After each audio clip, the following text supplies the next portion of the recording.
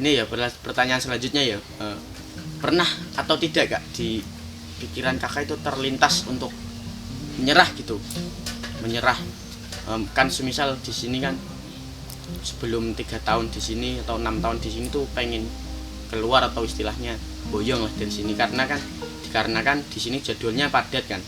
Mulai dari bangun jam 4 terus halaqah atau ngaji sampai jam 6, setelah itu sekolah jam 7 sampai duhur, belum juga deresnya, waktunya bisa ngatur sendiri, terus ngaji lagi asar, istirahat sebentar, ngaji lagi maghrib sampai isya, setelah itu belajar malam, jam tidur juga dikit lah istilahnya, kurang. Kalau untuk manusia biasa kan tidurnya kan 7 jam 8 jam ada gitu. Kalau kita kan misalkan dari jam 10 11 12 1 2 3 4 kan 6 jam. Itu di pikiran Kakak itu ada kata saya capek di sini tuh, menyerah boyong itu ada nggak di pikiran Kakak? Mulai dari Kak Izul mungkin. Ya, saya sering, mungkin setiap hari hampir 3 kali saya putus asa ya, tapi saya tidak pernah menyerah karena di balik itu semua banyak teman-teman saya yang selalu motivasi saya, ada guru-guru saya, belum lagi dari para masyaikh itu selalu memberi motivasi selalu setiap hari. Jadi saya tuh selalu semangat. Rasa putus asa itu seakan-akan hilang sendiri. Keep spirit berarti. Ya. Mulai selanjutnya Kak Bagus gimana? Ya, tadi mungkin ada jawaban saya yang sudah pakai Kak Izul, dan kemudian tambahannya yaitu saya tuh berpikir saya tuh sudah terjun, ngapain mundur? Itu aja. Kak Hekal? Kalau kata menyerah, kata malas itu sesuatu yang lumrah. Jadi ya seorang belajar, seorang yang mungkin mencari ilmu lah, kalau boleh ilmu ya pasti tantangan terbesarnya yaitu ada ingin menyerah lah, males, yang lain-lain. Tapi menurut saya itulah apa ya, kesempatan kita untuk langkah lebih jauh, untuk sebagai ayunan kita untuk bisa mencapai yang akan kita tuju. Dengan rasa malas itu kita harus bisa melawan malas kita, malah kita bisa menjadi lebih dari yang sebelumnya kita bayangkan. Kalau pengalaman yang tak terlupakan dari Kak Hekal apa Kak? Kenangan yang tidak pernah saya lupakan ya, pertama kali saya masuk pondok sini. Masuk pondok Ya, soalnya kan dalam kondisi pondok yang di tengah hutan, masih banyak pohon-pohon, kalau malam sunyi ya gitulah. Masa gimana ya, masa saya mau ditempatkan di sini, kan seperti seakan-akan ya gimana, masa saya taruh di hutan, saya taruh, ya pasti ada rasa-rasa seperti itu. Tapi itu yang sangat terkenang sampai sekarang ini ya, sampai sekarang bisa sampai jadi seperti ini, kita bisa melihat, bisa menyaksikan perkembangan, bisa sampai bisa menjadi seperti ini. Kalau Kak Izil bagaimana?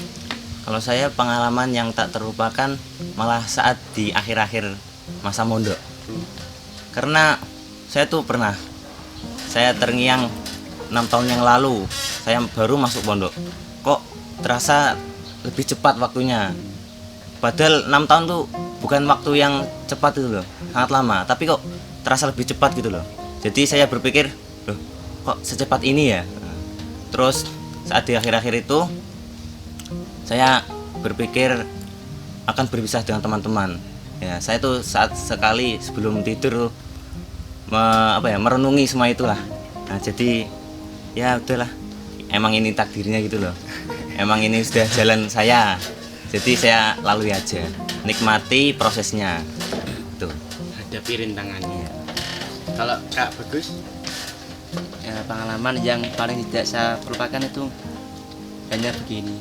Ketika saya kesini, itu saya bingung, kok ada di tengah hutan orang Jawa ngomongnya bahasa Inggris, bahasa Arab, hafal Quran lagi. Ya saya tuh bingung, wah masa bisa di sini saya bisa berbahasa, tapi nyatanya ya bisa aja gitu. Ini mulai pertanyaan terakhir Kak. Untuk adik-adik, kakak-kakak sekalian, pesan atau motivasinya itu apa, dan juga harapan untuk pondok ke depannya bagaimana? Mulai dari Kak Bagus. Pesan saya untuk adik-adik semuanya hanya sedikit saja, kalem, tenang, kuasai. Dan harapan saya untuk pondok semoga saja lebih maju, dan semoga saja tidak hanya membangun bangunan untuk pondok, tapi juga membangun jiwa untuk santri.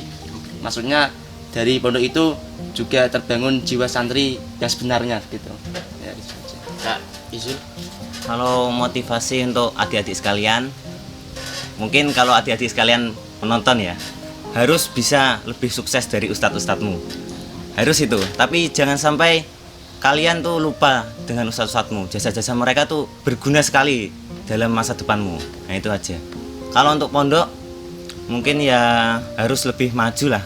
Harus lebih maju, terus katanya mau ada 1000 santri. 1000 santri. Iya, mau rekor 1000 santri. Nah itu kalau sudah 1000 santri harus bisa lebih banyak lagi, mungkin 100.000 atau lebih 1 juta lagi. Nah, itu. Amin. Kalau Kak Haikal. Kalau saya untuk motivasi untuk adik-adik, ya ini semua ya inilah jalan, karena harus dinikmati perjalanan ini semua, harus momen-momen semua momen di pondok itu harus kita ingat benar-benar, karena suatu saat nanti kita akan merindukan ini semua. Kita akan seakan-akan kita ingin kembali ke pondok lagi, kita akan merindukan semua ini. Jadi kita harus menikmatinya, kita harus menjalaninya dengan benar-benar, karena kita suatu saat nanti kita akan merindukannya. Dan harapan untuk pondok kalau maju, sistemnya semakin bagus, semakin menjadi nomor 1. Mungkin cukup itu saja kawan-kawan. Terima kasih untuk waktunya kakak-kakak sekalian. Sampai jumpa selanjutnya.